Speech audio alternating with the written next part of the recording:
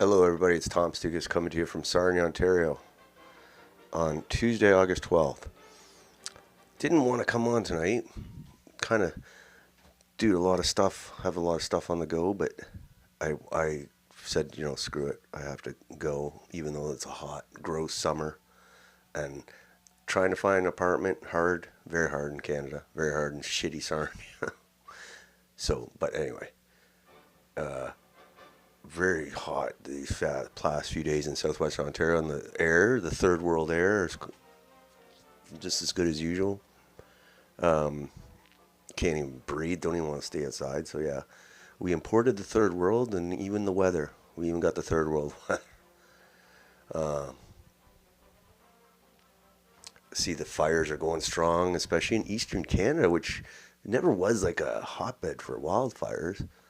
But apparently Newfoundland now, they're getting the army involved in Newfoundland. Ontario's got a few fires going. It's dry as hell here. But, it's just horrible.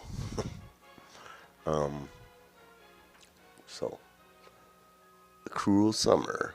We'll see what the rest of the summer has in store. We still got 3 weeks.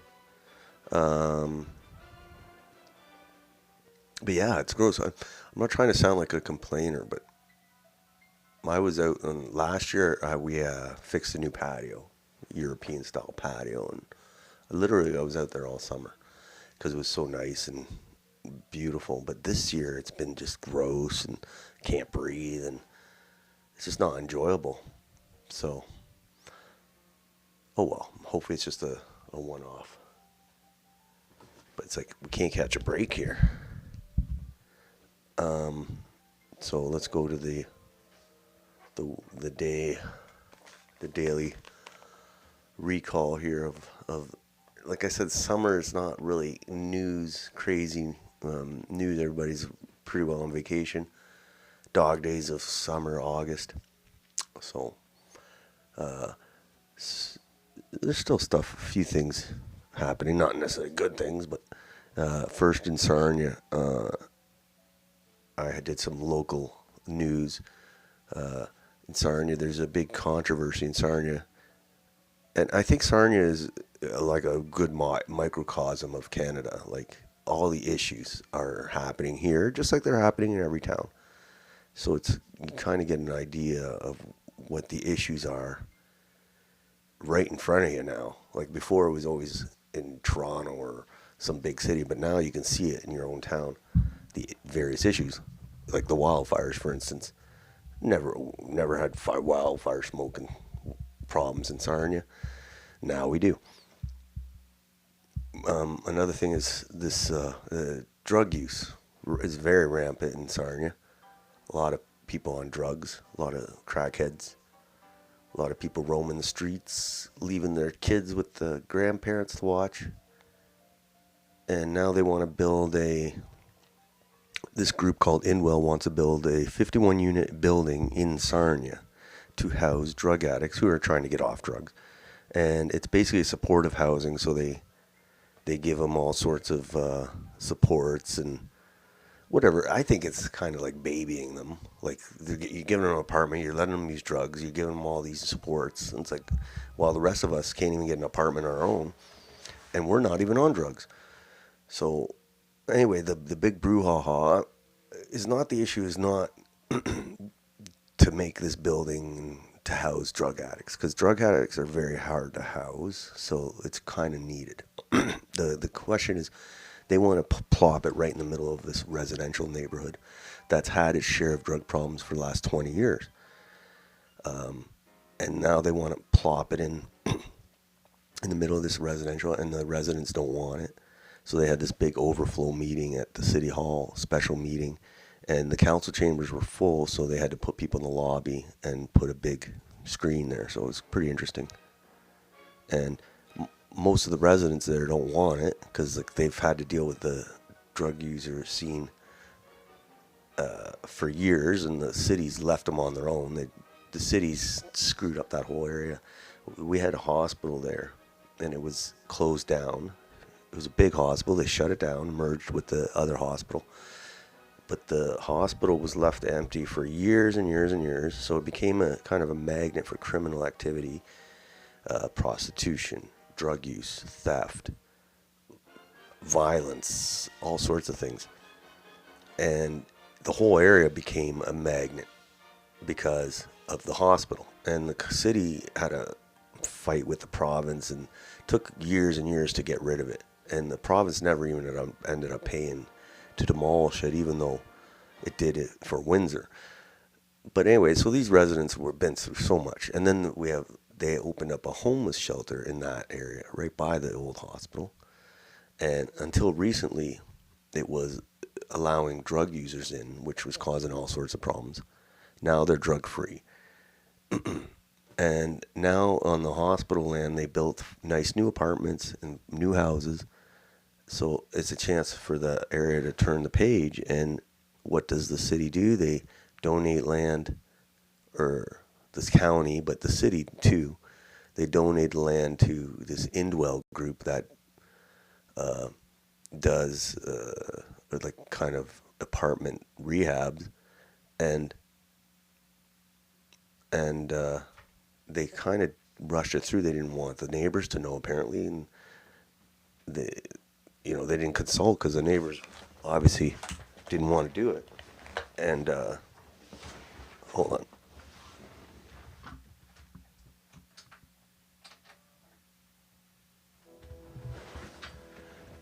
So they got all organized, and that's why they had a special meeting, because they basically probably tried to run it through and just basically call anybody who's opposed to it, oh, you don't care about drug users, or you don't care, they have families too, like basically trying to guilt the residents. So it was an interesting meeting. I was there and I got this video. This is in the lobby, and there was a lot of people against it, and there was people for it, and I call them like mostly bleeding hearts, because they either didn't live in the area or they live in the area, and they're just bleeding hearts, I think. So like the issue is not whether they should build a place like this, it's just where, I think. But the people that support it accuse the residents of being NIMBYs, and it's just they don't want, they've been through years and years of suffering, so they don't want this. I think that's fair, so that's their tactic. They excuse you of being a hater, of not having a solution, just trying to shut you up. So this guy speaking here is in favor of the Indwell in the residential area. He used to be a former councillor. He's a business owner. He's a real left-wing guy. He supports the trans, the drag shows for kids and all that. He's a total commie. And he ran for mayor. He lost, of course. Thank God. Our mayor sucks, but he would have been just almost as bad, I think.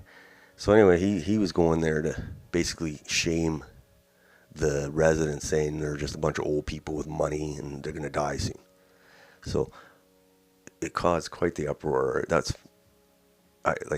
was hilarious. It was uncalled for, but it kind of shows the psychos that we deal with against all these issues. Like for COVID, he was a COVID commie. For the LGBTQ agenda, the all sorts of the environment. These crazy people, they want to kill you. If you don't agree with them, they'll kill you. Listen to this guy. Hold on. This is for council. It is terrible that he is up here lording over us all with his whining and his bitching about everything. That's just for you guys. Can someone mute him? And to you, Bill, you don't live in this neighborhood either, so you can fuck off. Commie. Calvin, this is unacceptable, this shit. Listen to this commie talk. Can I finish and I won't say the He was basically bitching at a councillor, Bill Dennis, who's opposed to this project. Basically saying, Bill was saying that the people making statements should say where they live. So, you know, if they don't live in the area, it has like a little less weight. That's the idea. And Nathan was saying to Bill, you don't live near there, so you can shut the F up. Like, just being very childish.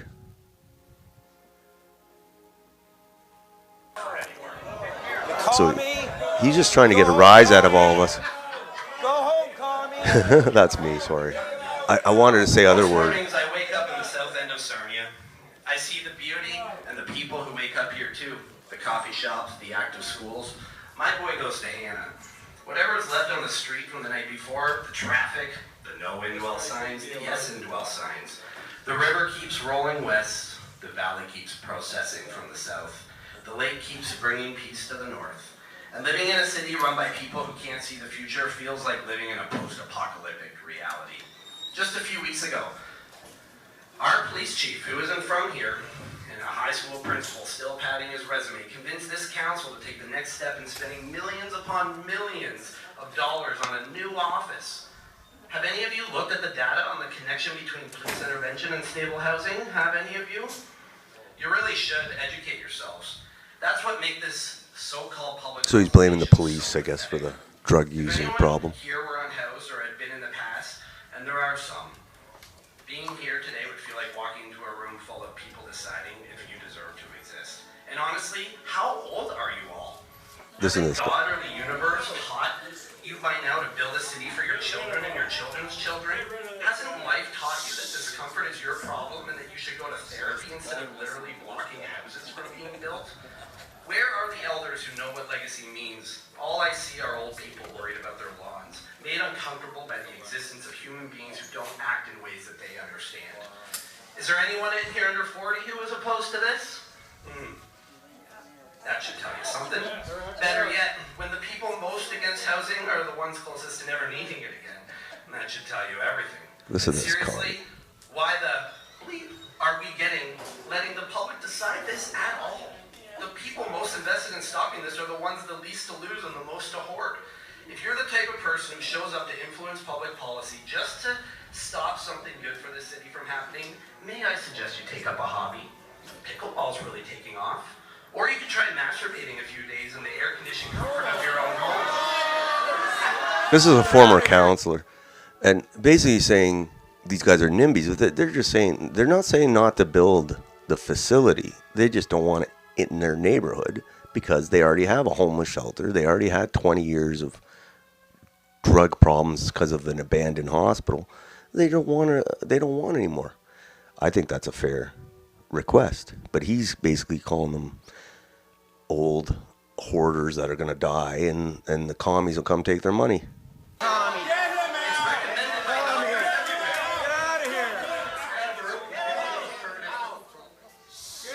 You call me? Go to a drag show with your kid. Because during the whole drag show thing, they were trying to do drag shows in Sarnia at the library. They ended up doing it at a bookstore, but with kids. And he has a business, like a brewery, like a craft brewery, and they were doing all sorts of just drag shows. So he's into this drag show thing for the kids, and he thinks it's good for the kids. So that's why I said that. I didn't want to swear, so I had to say something. And that's it. Little fireworks at our Sarnia City Hall. He's trying to disrupt the That's how you talk in front of your kid? Jason Thompson, please. Yeah, it was pretty crazy. And Richard Marsh. And you know how you see in the movies, the crowd at the city hall, the angry mob or whatever. So it was kind of funny. I felt kind of like I fulfilled a checklist on my list of experiences. But yeah, we'll still see if this project goes through in this location. But it's pretty bad because the only way a white person can get an affordable apartment in Sarnia now is if they're a drug addict, apparently. So it's horrible. That's what we've come down to. Like That's the only way you get help in this country, is if you're on drugs. If you're white, it seems. So, we'll see where that goes. We're going to track that story. It's funny. And I think, Sarnia, there's so many places that you could put it where it's not going to disrupt a neighborhood. But the Indwell people, they're going to say, oh, like, for instance, our police station, they're building a brand new one. They're going to build a brand new, beautiful police station out just on the edge of town. And there's a lot of land out there. So it's like, why not build it there? And Indwell would say, oh, it's stigmatizing to put it right beside the police station, and it's inconvenient because it's not close to services. And it's like, basically they're saying a drug user's convenience is more important than the person living in the residential neighborhood trying to like raise their family. And I know why. They're worried that if they put it in a remote location, they won't take up the apartments, because drug users like to be close to their sources, to their contacts, so they can score. And it's harder to score when you're on the outskirts of town, But whatever. It's all about the convenience for them. But if you're a tax-paying residential homeowner, you can go to hell. Like, they'll give you a fine if you have your car parked on the street on the wrong time of year, or if your boat's in the driveway. They'll be right on you. But if you're on drugs and you're in the park, ruining the park, they'll give you a trailer, or they'll bring you a washroom facility to you and security guards. So it's crazy. Anyway, that's the local news. We'll see where that goes. There was a lot of people, what's the word? When you go to City Hall, and I can't remember the word, but when you talk on the issue and you say you're either for or against it, I know there's a word for it. But there was a lot of people speaking. That was just one guy, but he was the biggest shit disturber, so I had to play it. Okay. A lot of crazy stuff today.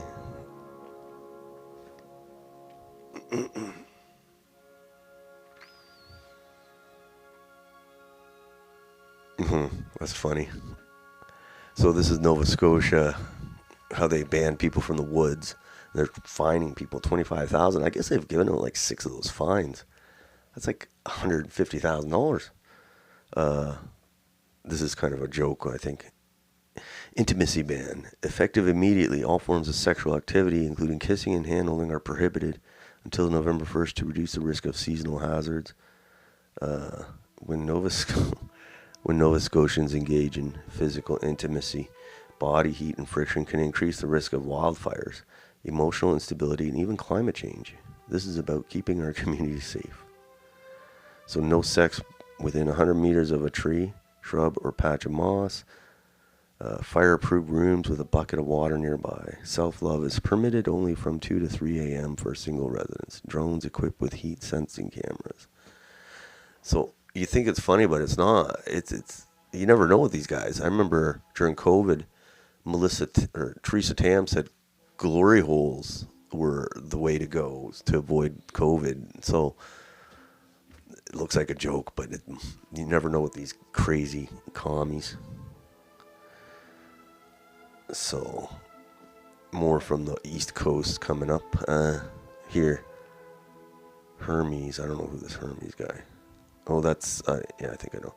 Dallas is turning into New Delhi. What the fuck is going on? Yeah, that's weird. The Indians are going to states too.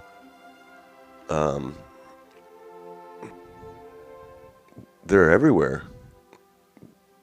But I've seen a lot of posts about the states, and it reminds me of Ontario, because it's like we've been looking at these posts for 2 years about all the Indians in Ontario. So it's like, it's to see it, the same posts coming up in the American cities is kind of, it's like, wow. Well, there are 1.5 billion Indians, so they can keep coming, and they won't miss them over in India. All right, next post here. It was a Conservative that banned Canadians from hiking in Nova Scotia. The Uniparty is not just federal, it's all-encompassing when it comes to their agenda. So yeah, it's not just the Liberal commies or the NDP commies. It's the Conservative commies. During COVID, Doug Ford, Jason Kenney, Scott Moe, so-called Conservatives, were the biggest COVID commies out of them all.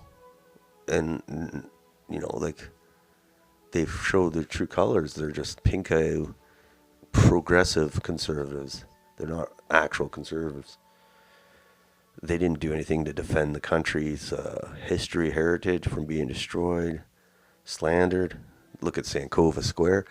Doug Ford should never have let that happen. You know, the province can do whatever they want. They could tell the cities what they want, what to do, and all this. And yeah, the Conservatives, there are no Conservatives. Conservative Party. It's all the Uniparty. I agree. Okay. Next. This is interesting. Putin and Trump are meeting on Friday, I think, in Alaska, of all places. And I guarantee Putin wouldn't go to Alaska if he wasn't happy at what he was hearing from Trump. Because that's like enemy territory. Why would he go? So I think they have an understanding of some sort. It's going to be interesting to see. In Europe and Canada are all freaking out because they want to keep fighting the Russians. I don't know what's going on. I don't want to fight Russia. I like Russia. I mean, Russian people. I have no problem with Russian people. Okay, next post. Windsor, close city to me. Windsor now wears the crown no city wants. The highest unemployment rate at 11.2%. It'll probably only get worse with Trump hammering our auto industry. Windsor is a big auto town. So yeah, I wouldn't want to be an auto worker with, you know, it's one thing to be an auto worker who's almost retired, but if you're an auto worker in your 30s and you got a family and mortgage, I wouldn't be feeling too great, especially with Doug Ford as the premier of Ontario. The auto sector is Ontario, okay? And so you have Doug Ford, and I'm sure he'll screw it all up with Trump and just being Doug Ford. But 11.2, it's bad. And a lot more could come. Here's another one, Brampton blowout. Brampton may well be the epicenter of the earthquake of power of sales. Yet another one bought at the height of the market for $1.4 million. Someone bought a semi in Brampton for almost $1.5 million. And they got repossessed, and the lender took $500,000 less. So basically, they lost $500,000 on a townhouse. Oh my God, I'd kill myself. A lot of shady real estate in Brampton. They use a lot of fake mortgage documents, it seems, because I've heard of like international students getting 2 houses at a time here. They're obviously using fake mortgages. And eventually, when the fake mortgages run out, the buyers run out, especially a legitimate, there goes the whole market in Ontario. They say it's coming. We'll see. Of course, the real estate agents will say, now's the time to buy. Okay. Oh, when was this? Why was this 4 days ago still showing up? Why is this all showing up now? My timeline's all screwed up here. Okay.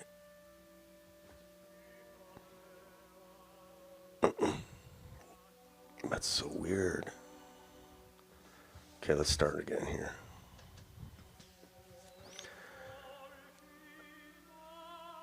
So we're talking about the East Coast premiers, how dumb they are. Okay, now we go. Here we go.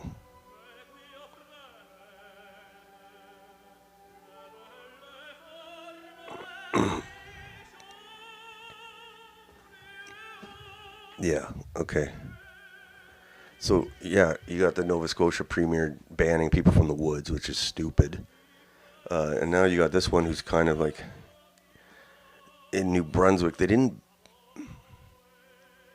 did a ban on crown land, so public land, but if it's private land, you're still, they want you to not do it, but they're not going to fine people.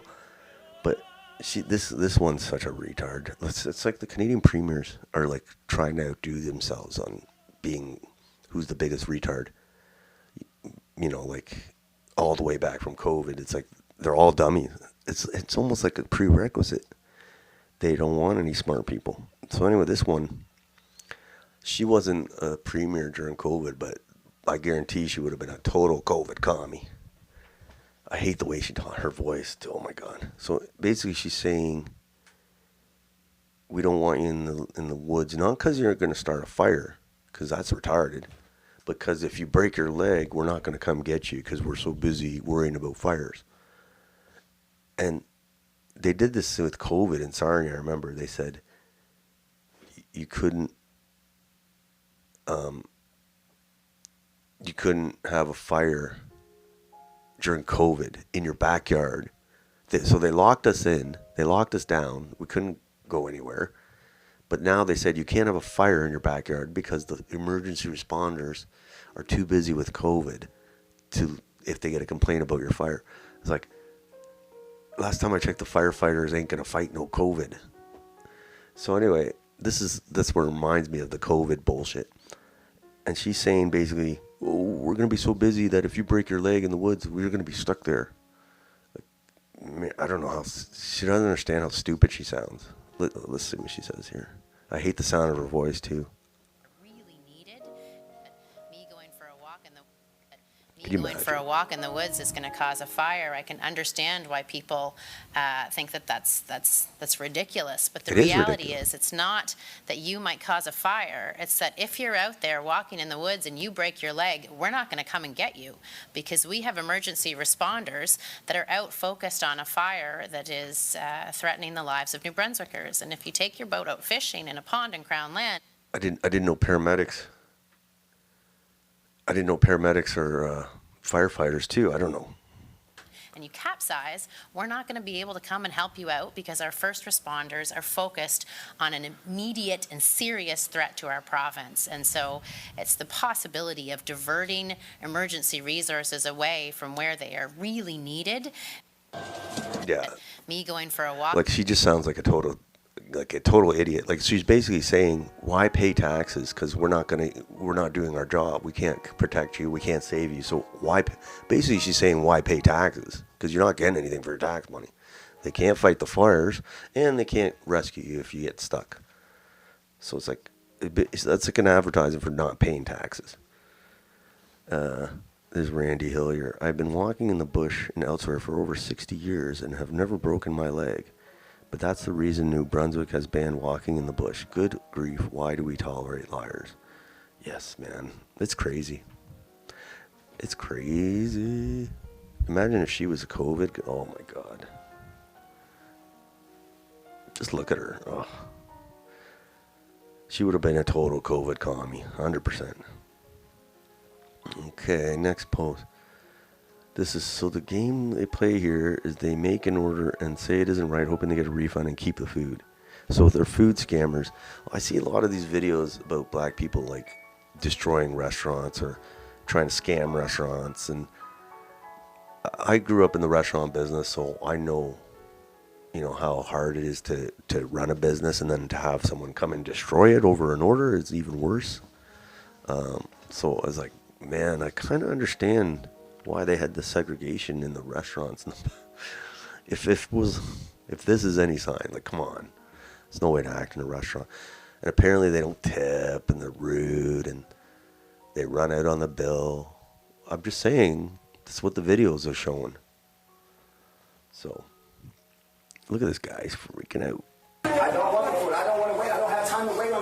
You don't mess with their chicken. If you don't mess with their chicken. It's an order from my owner. We can't do no refunds. All we can do is give you the food. I don't want the food. I don't want to wait. I don't have time to wait on the food again. Okay. Okay, so now what do we do? So he wants his money and Food remade, and you go on about your day and stop yelling at my other manager because that's no. It's uncalled for. so he basically wants the money and the food. Look at that.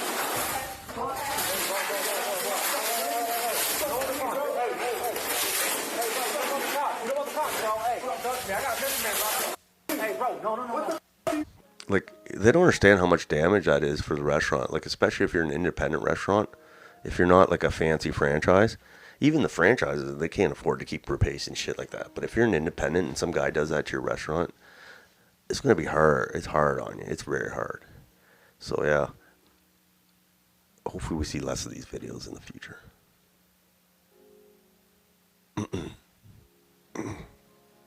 There's Marty up north. He's becoming a little more out of the race closet. A lot more out of the race closet. I don't say racist. I say out of the race closet. So basically you're not afraid to be called racist. So he's saying Canada's out of control immigration is wrong. Government is trying to replace us with cheap labor from third world countries.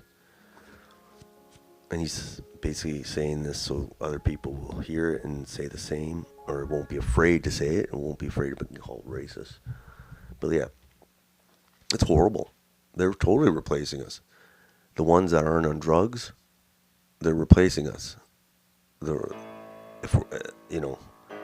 I see it. I was at the mall.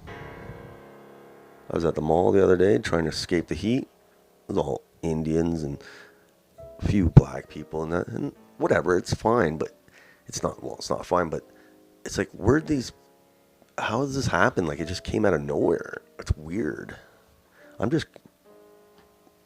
It's my city. I'm allowed to ask. Like, literally out of nowhere. Boom. And I think more people are starting to say, you know what? I don't care if you call me racist. I'm going to say this is messed up. Like, everything's going to shit. But a lot of people still in Sarnia are like, oh my, terrified of being called racist, even as the city fills up with the third world shit. Like, literally third world shit. I'm telling you, it's going to go to shit. All right. Next post. Marty up north again. He makes a good point here. The plan to ban cars is already underway. I guarantee that in the next decade we'll be forced to use autonomous cars all in the name of safety. They'll take away our freedom to drive anywhere we want. Yeah, it'll be like just like the forest. Don't go into forest because you might start a fire or break your leg. Well, the same logic will be for cars. Like, oh, and there are bad drivers. Like, some people shouldn't be driving, I agree. But I like to drive, so... but they'll say that. They'll say, oh, we could save so many lives by having autonomous cars. Because, humans do a lot of dumb things when they drive. I get it. But I could see it happening. Make it illegal to drive. They should make it illegal for shitty drivers to drive, but not for people to drive. All right. And here's Dominion Society of Canada. Imagine, we're just talking about this, and this kind of applies to Sarnia, just like other cities. Imagine just standing idly by as they transformed Canada into a third world country. And yes, a lot of people are standing idly by. I'm saying stuff, but I'm sure I'm being called all sorts of nasty names, but a lot of people aren't. And I said Sarnia, Ontario is totally turning into a third world shithole. People with zero connections to the city showing up out into the blue en masse from somewhere. Who's bringing all these people here? And it's like, I know there's a church here near my house that they're bringing all sorts of people. I don't know whether they're from Africa or something, but basically no prior connection to the city. So I don't know do they have a right to, import all this foreign crowd, like very different culture, Sudan, if they're from Sudan or just from Toronto. But it's just crazy. And then they're bringing them in here. You know, they're going to need doctors. They're going to need schooling. They're going to need housing. It's like, I can't even get a house here.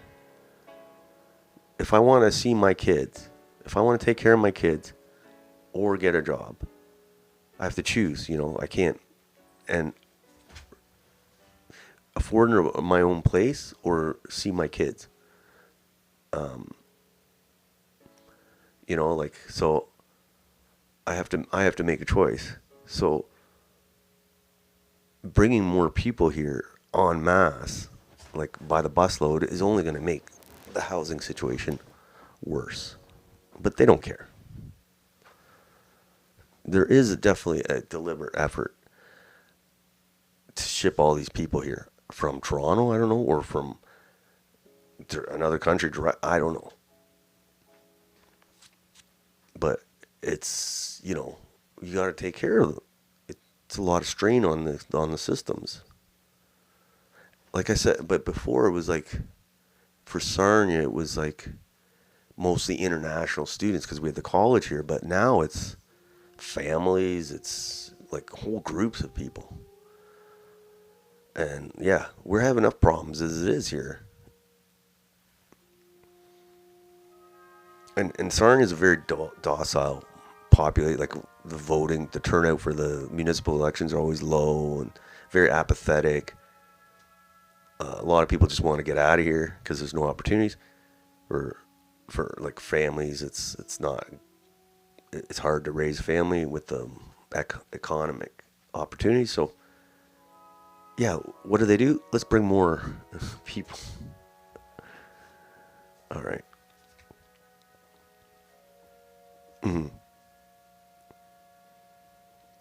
Okay. So yeah, third world, not just Sarnia, but everywhere. But it's happening right in front of me.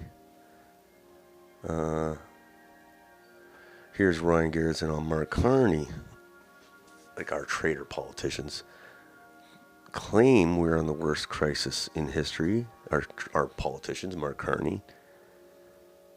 And the Prime Minister takes a second vacation within a month. I imagine if it was his job on the line and the future of his home, his livelihood, and children that were at stake, he would be doing whatever he could right now to secure a deal. But no, Canadians can wait. Yeah. We're screwed. But people just take it in the ass, I guess. They like the punishment with these guys.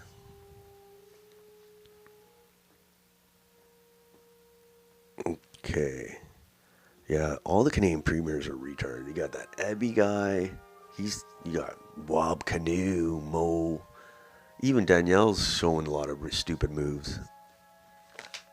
And then, of course, we have our Doug Ford here. So, yeah, a lot of dumb premiers. It's like almost a prerequisite. And now I see the forest management in Canada is spraying glyphosate. I don't know why they do that. Forest management.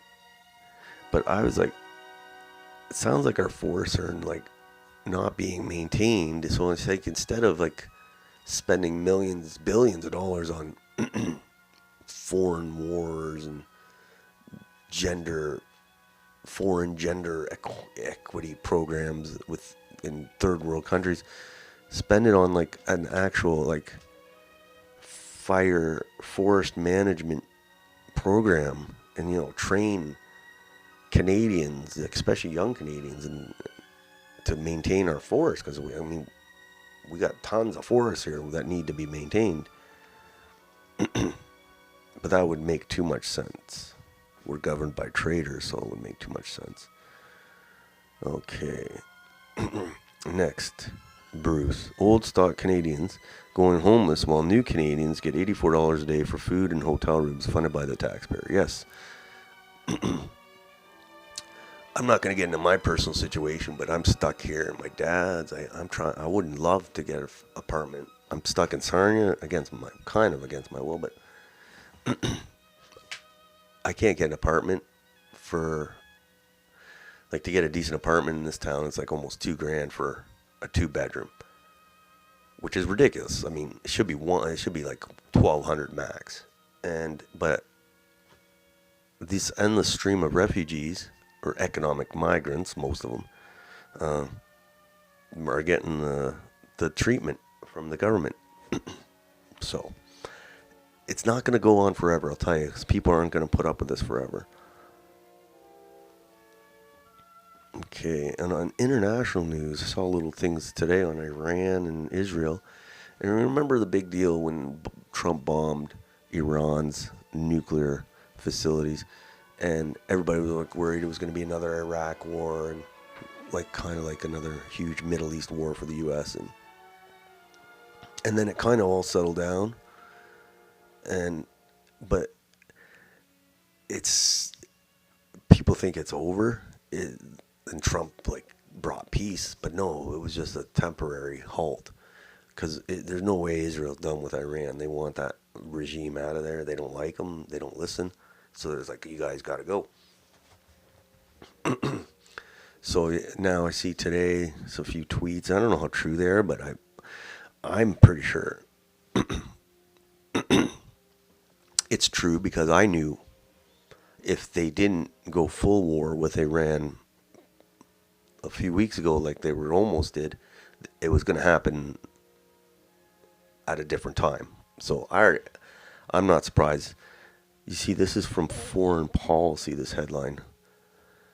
The next Israel-Iran war is coming. Both countries' strategic calculus suggests it will be even more violent. So yeah, I knew Trump didn't fix anything. It was just, I think they just pulled back because they weren't ready or something. I don't know.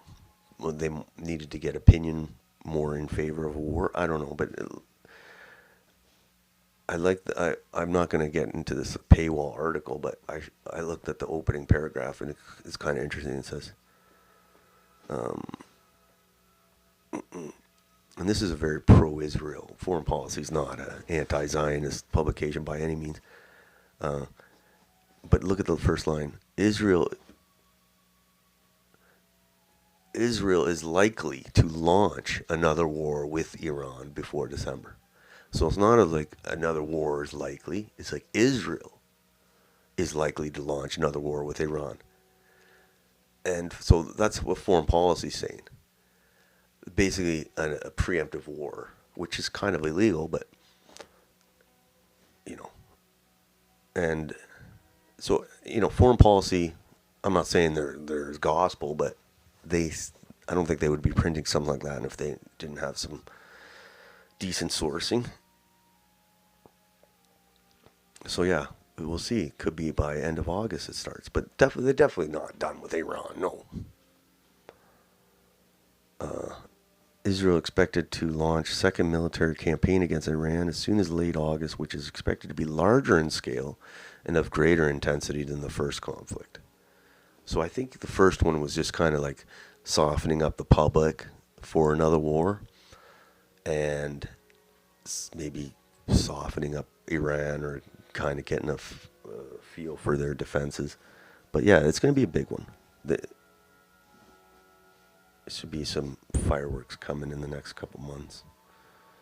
The next post, this is a funny Sarnia story. Usually Sarnia stories on Twitter are just Indian truck drivers getting busted with millions of dollars in cocaine at the Blue Water Bridge, or crashing their trucks on the 402. This one's a good one. It's a 40-year-old, I don't know if it's Indian, Romeo Badrami, rented a Sea-Doo over by Sarnia and drove it across. We have a river. There's a narrow kind of part of the river, the St. Clair River, that separates Ontario from Michigan. Like, you could see Michigan from the other side, from Ontario. But you would die if you swam because the current's strong. But this guy took a Sea-Doo, rented a Sea-Doo, according to Sarnia police, and drove across the river on it, left the Sea-Doo, and he's gone. Didn't they catch him? I don't know. So they thought he drowned, the guys who rented him the Sea-Doo, but it turns out he's in the States. He failed to return. St. Clair River is an international border. I just want to see if he got in or they caught him.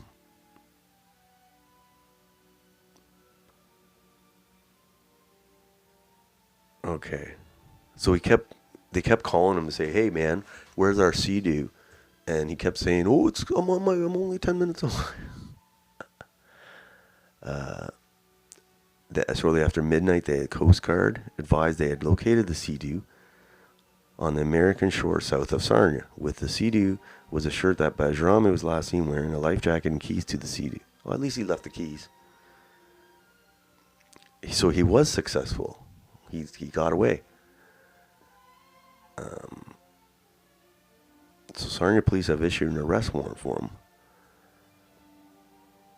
of Lakeshore Road.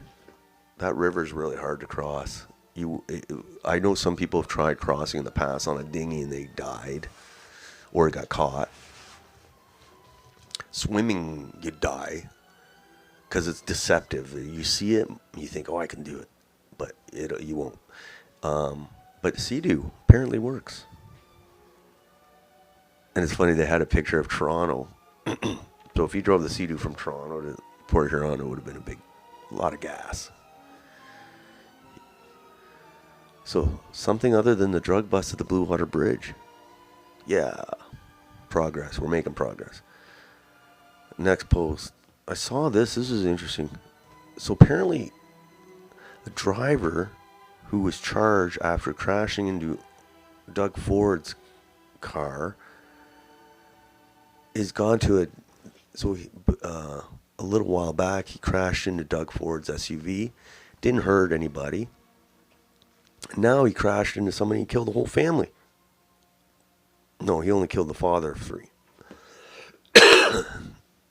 Who is this? A lot of bad drivers now. That's what happens, I guess, when you bring in the third world. Now, and that's why insurance rates are going through the roof. Who is this guy? 18-year-old man charged in connection with a head-on collision that killed Andrew Cristillo, father of 3, and injured his wife and daughters.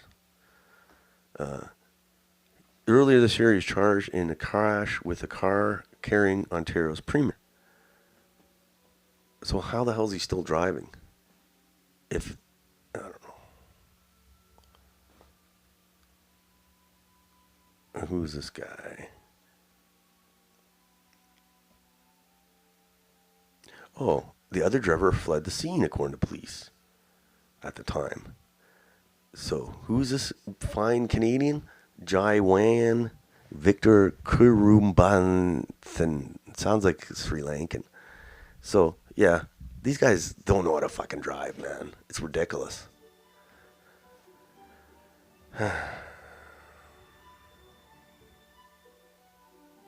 Yeah, that's what happens when you import the third world. You get third world driving.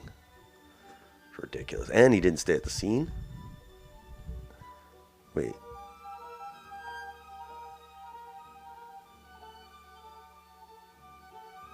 Yeah.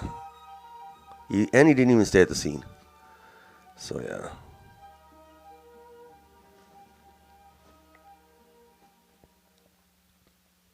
All right. No. Yeah, you got to worry about driving now. You got to worry about getting killed on the road. This is another one on Iran. In no way, shape, or form should we participate in the next act of war if Israel carries it out. Israel is likely, and then he quotes the foreign policy, Israel is likely to launch another war with Iran. Not Iran's likely to, or not Israel and Iran are likely. It's Israel. Yeah. It'll be interesting to see if Donald Trump goes along. Of course he will. And next. You knew this was going to happen. This is back, we're back in the East Coast here. Talking about the Woods ban by Nova Scotia Premier. But the wood ban, and I knew this was coming, is not going to apply to Indigenous groups because you can't ban them from the land, heaven forbid. I love the Indigenous people, but this is a bit of a virtue signal from the government.